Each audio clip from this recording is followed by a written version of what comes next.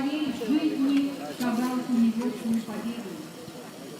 Чем уважительнее и дольше мы будем хранить исторические, памятные события, как День Победы, тем больше люди будут знать о страшном слове «война», которую нельзя допустить никогда. Ну, папарацци. Угу.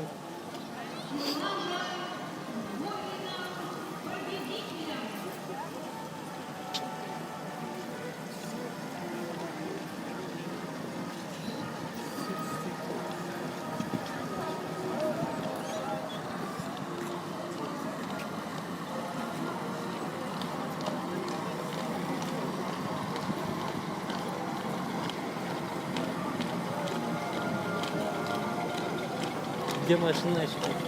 Чего? Машины где нашли? Такое. Алло.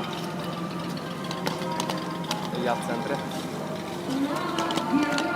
Несчастье. Понятно. Ну ладно. Саша, Александр.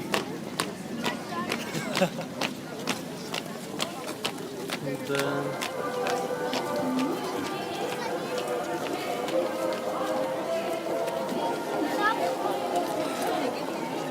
Что, хватит что ли?